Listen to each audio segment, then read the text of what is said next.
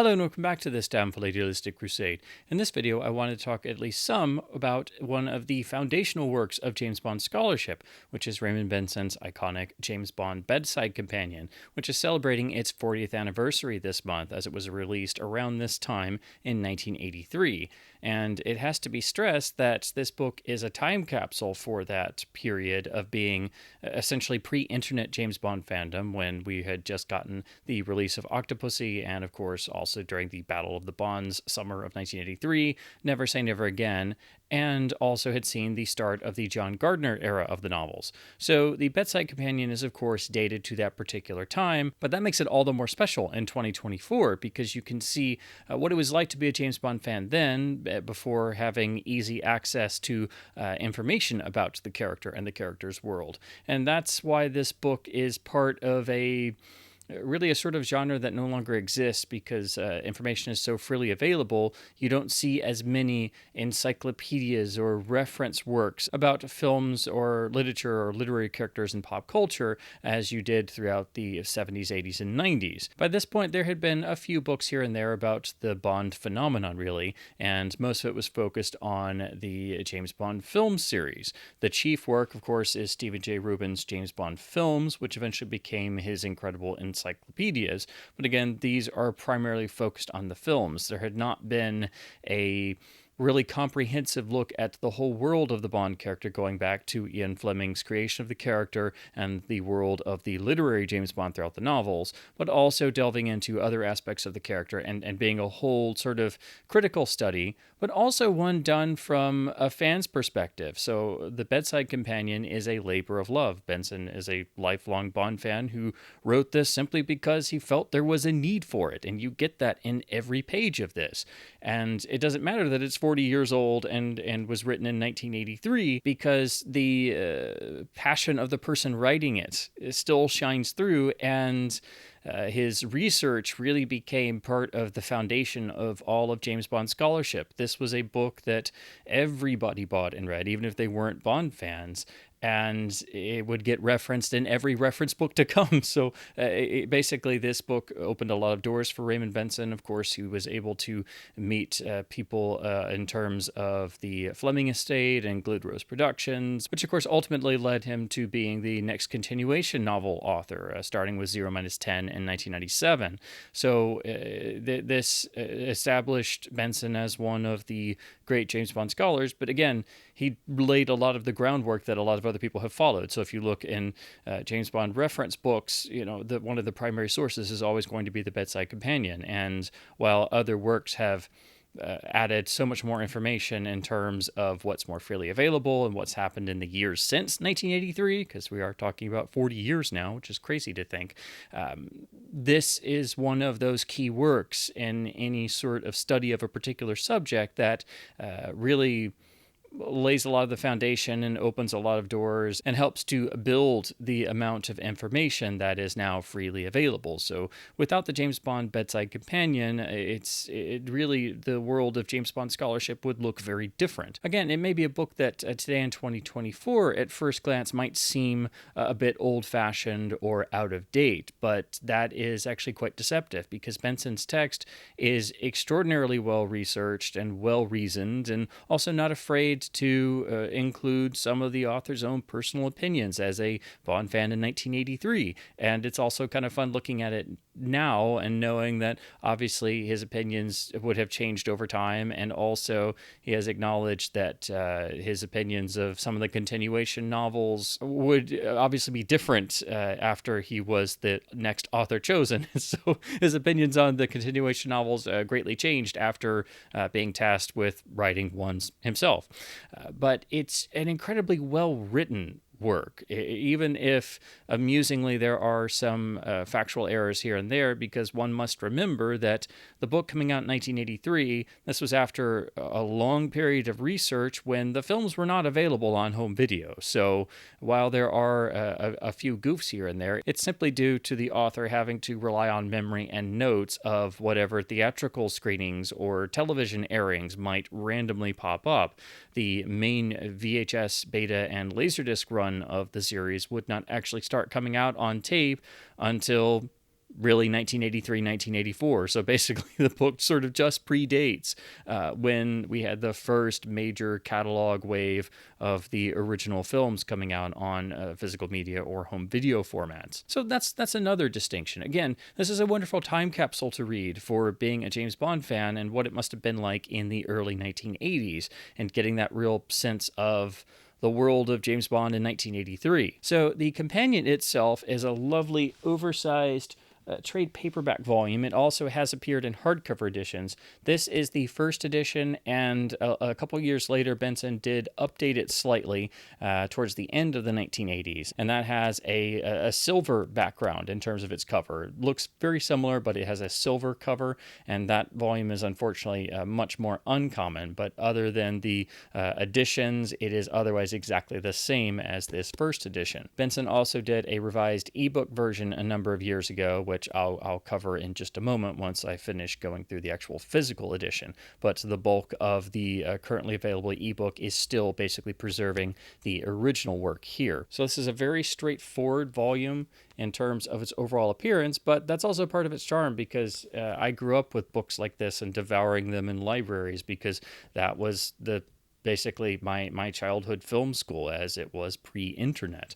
But what's fantastic about having any of the physical editions is that you, of course, have it in your hands, but the book is filled with beautiful black and white photographs and illustrations throughout. And like all the books of this type from around this era, they are really wonderfully printed. So I can't stress enough how nice it is to have one of the physical editions in your hands, even if you have the modern ebook version. The images there, while they are nicely included, they don't have the same quality and same size and appeal as the original book printing. So again, I think it's really important to have a physical copy, even if you have the ebook version. So we have the table of contents, which shows this book goes across the entirety of the world of James Bond, and not just focusing on either the literary Bond and Fleming or the film Bond, and is one of the few books at this time to try and cover all of the James Bond phenomenon.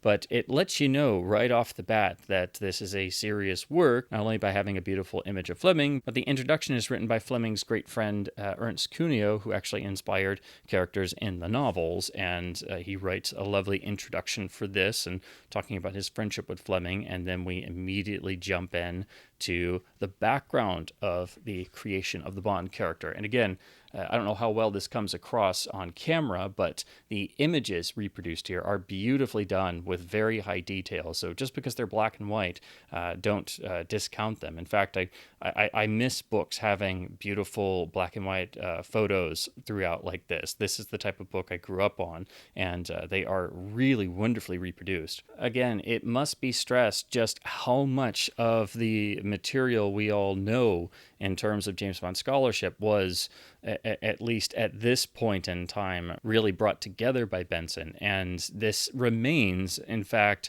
I think, one of the best descriptions of the James Bond phenomenon, and it's just the opening of this book. So you can read this and not know anything about James Bond, and even though it's a 40-year-old book, you will come away with an insider's knowledge into the character and the character's DNA and the aspects of Fleming and the aspects of Fleming's novels and how this applies to the films and how the films distinguish themselves from not just the other films but the novels and how all of this interacts in a strange way. Part 2 is a Fleming remembrance, which basically takes the place of a Fleming biography. And this, of course, was long before we had either of the two excellent Fleming biographies that are currently available.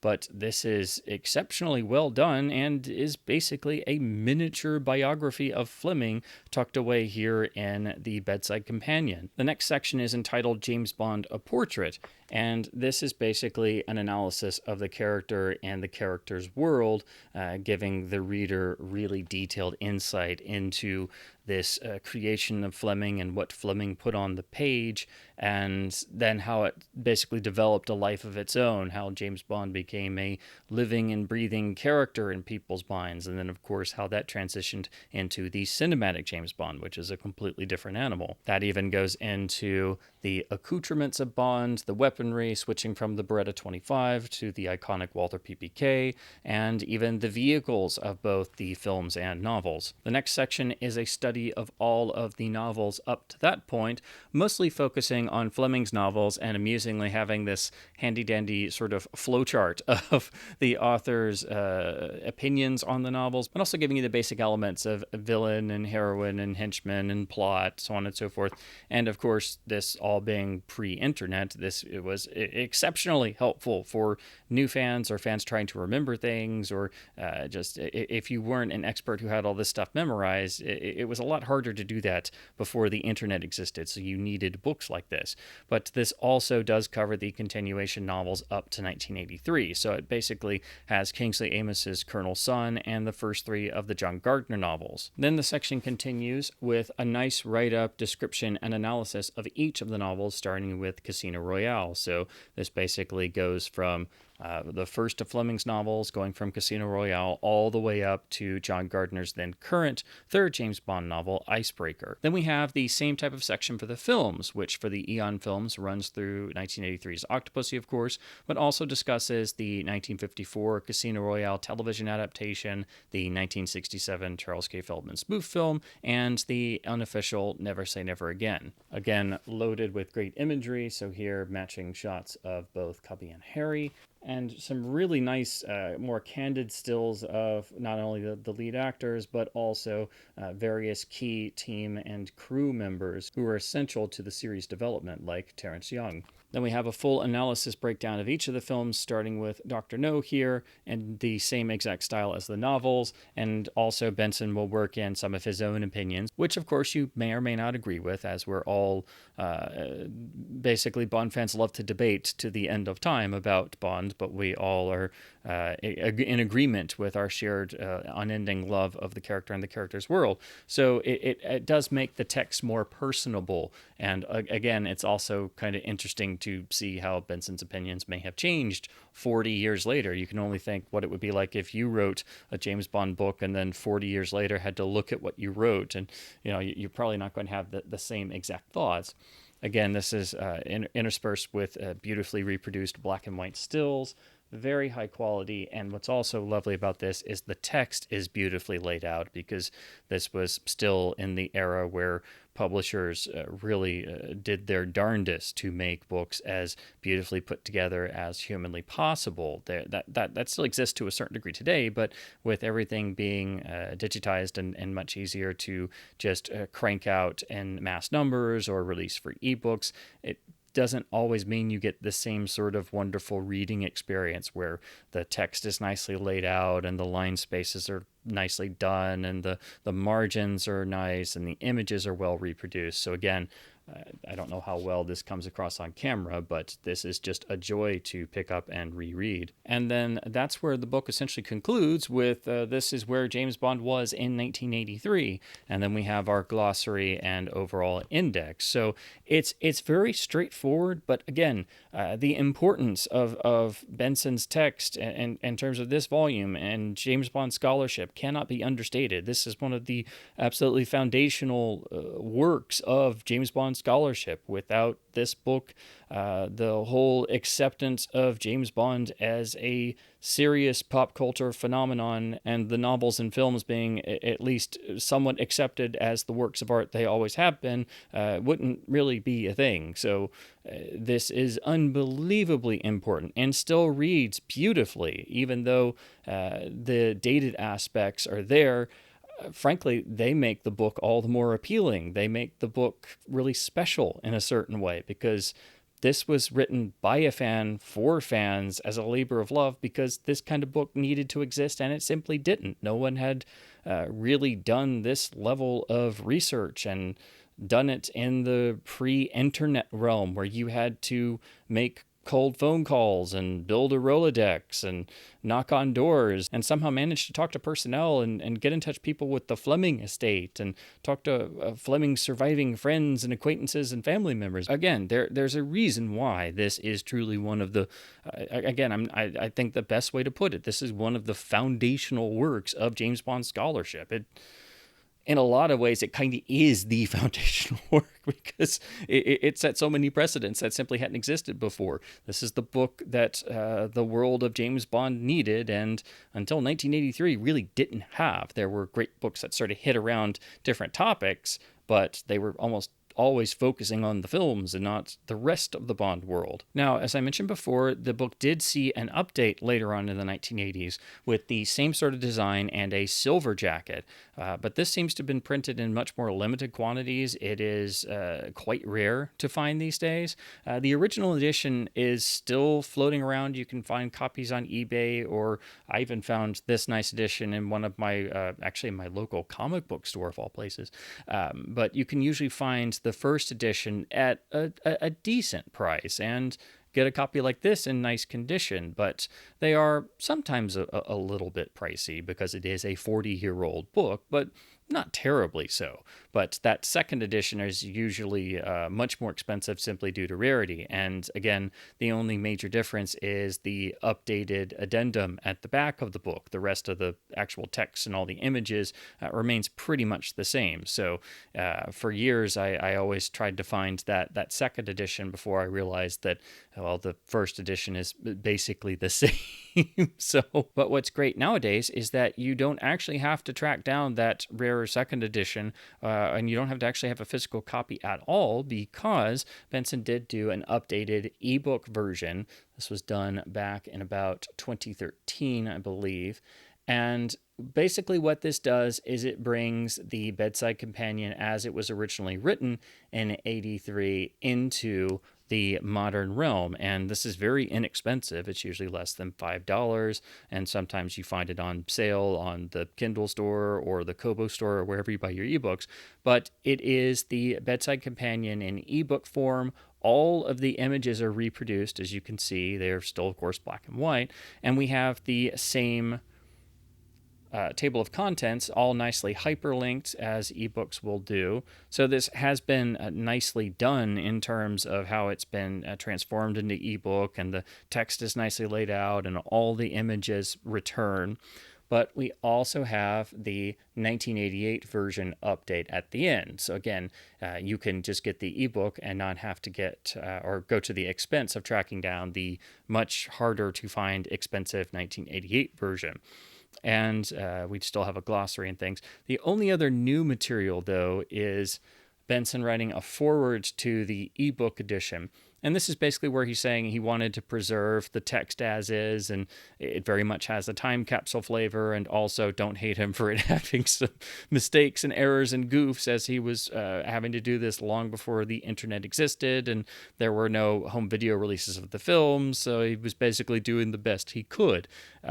So this is a nice note for people who aren't aware that this was a book originally written in 1983 and is very much locked to that point in time. But the scholarship and the historical research and all of the analysis is just as important as ever. Again, this underlines a very special quality the book has that I think all James Bond fans will appreciate, of having a connection to being a Bond fan in the past and what it used to be like before the internet, and what it was like to be a Bond fan in 1983 when the Roger Moore era was still going, when it was the summer of the Battle of the Bonds, when the John Gardner era had just started to heat up with 3 novels. So again, it's a time capsule work.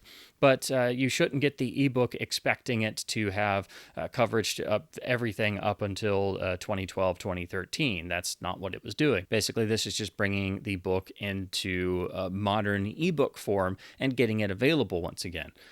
So we have the same exact contents. Again, here are the black and white photos. But as you can see, and part of this is how my little Kobo e-reader is showing up on camera. But as you can see, the images are nicely reproduced enough, but they do have a bit of digital noise, and they don't have the same clarity as they do in the original book edition. So that's why I say it's really nice, and I think important to have a physical version, because 90% of the text is basically the same, and the images are better, and the layout is really nice, and you get that nice you are there feeling of reading an original book copy from the 1980s. The ebook is very important to have the little bit of the 1988 updates. But again, it's perfectly fine if you just have the ebook because, again, the actual text is the same and it's nicely converted into ebook form. But you will notice if you have the original printings or if you've ever read those before that the images in the ebook version just obviously are not as nicely reproduced. But it is to their credit that they actually were able to get all of the same photos back and relicense them and everything. So the ebook is indeed complete. So here, of course, was the last page of the first edition. And then we immediately go into the text of the 1988 update. So this is how you get the nice little bit of updating for the films and novels to that point in 88 without tracking down that really hard to find second edition. 40 years later, the James Bond Bedside Companion is one of the most important pieces of James Bond scholarship. It's the work that basically made Raymond Benson a known commodity and eventually led to him not only being recognized as one of the experts on the character, but also famously taking over from John Gardner as the official author of the continuation novels. And his Bond novels remain some of the best of the continuation era and I think still extraordinarily underrated. It's an unenviable task, but I think the estate felt they were choosing wisely by asking the expert who had built a relationship with them and produced such an incredible work in the Bedside Companion. So inadvertently, this whole project led to Benson being granted the gig that all Bond fans want, and then you suddenly have to stare at the wall and go, what have I done? How do I come up with a plot? So again, it's an incredible work. It's hard to believe it's 40 years old now, but it's got a magical time capsule quality to it that, again, I think all Bond fans will recognize. This is one of the Bond Bibles that belongs in every Bond fan's bookshelf. If you're even remotely interested in the character, it's a must read. It's beautifully done. And just because the actual information is only going to run up to the 1980s era does not mean it has any less importance than other works that have covered the whole history of the character up till now. In fact, pretty much all of those owe some sort of debt or debt of gratitude to the Bedside Companion. And with the digital ebook version being very much available, usually less than $5, and also including the updates from the hard-to-find 1988 second edition, it's a no-brainer. Every Bond fan needs a copy. Every Bond fan needs to read this at least once or have it on the shelf to thumb through all over again. And once you start rereading it, you basically have to read the whole thing because it is extremely well written. It's a perfect crash course on the history of the character, the world of the character in both novels and films, and the development of the character. But it's also done by a fan for fans as a labor of love. It shines through on every page. That's why it's still a special read and a book I just adore coming back to. Every time I reread it, it gets better. It is one of the foundational works of James Bond scholarship, and it has now turned 40 years old somehow. So that's why I wanted to talk about it in the video. And ironically, I had actually just reread it because I finally got the ebook version to look at to see that updated section from the 1988 version. So again, the ebook is going to be the easiest version to get. It is dirt cheap. It's only a couple dollars. Even if you're not an ebook reader, I'm not really one myself, but there were a couple of ebooks I wanted to read, and I'd finally gotten an e-reader, so I figured, well, why not? So this was actually the first ebook I've ever purchased digitally from a storefront. So you can't tell I'm a Bond fan. My first ebook I ever purchased was the James Bond Bedside Companion. But in any case, I just thought it would be fun to talk about for the book's 40th anniversary. And it's a work that doesn't get enough spotlight. It doesn't get talked about enough. The world of James Bond historical reference materials is invaluable, but unless you're a fan or someone wanting to learn more about the character, it's not an area that the whole fandom or a lot of people really take the time to go into. And it's really a shame because without the work of Benson and all the other wonderful Bond historians, we wouldn't be able to appreciate the world of Bond and Fleming's creation and what went into the literary and film Bond and why the character is everlasting. We wouldn't have the whole impact of the whys and the hows, and be able to greater appreciate that Bond is still with us and will continue on, because Bond is one of the immortal characters of all fiction, but has already weathered so many changes in time and culture and style. So it's really nice to get such a detailed look at the character and the history of the character, but at a particular time point to give us it really gives one a fresh appreciation for looking at the character now by seeing somebody doing this as a labor of love 40 years ago. It's crazy to think that this is now 40 years old, because again, I grew up reading this in libraries, and it just is one of the works that has just seemingly always been there, but there was a time when it wasn't. So again, that must be stressed. This is, simply put, one of the essential James Bond works and part of the absolute foundation of all James Bond scholarships. So it's nice to celebrate its 40th anniversary. So as always, I hope you've enjoyed my babblings about the world of James Bond and, of course, James Bond reference works. The Bedside Companion is one of the essential reads, so if you've never read it, or you don't own a copy, or it's been ages since you read it, please give it a chance. It belongs on every bookshelf, and the ebook is available wherever you want to purchase ebooks. It's only a couple dollars, and it does nicely include the elements of the much harder to find 1988 version. But again, I would highly suggest getting the first edition if you can find it, because it's usually relatively affordable, and it's just wonderful reading the original physical editions. As convenient and nice as the ebook is, again, you do lose something from the original printed version, and the images are much more impressive in the original book editions. So as always, please keep supporting independent authors, the works of James Bond historians. Check out some of Raymond Benson's other works or his James Bond novels if you haven't read those. Please also go and support your local independent bookstores by hopefully being able to find some of Benson's Bond works. Keep the James Bond flag flying, keep reading print books, and as always, thank you ever so much for watching.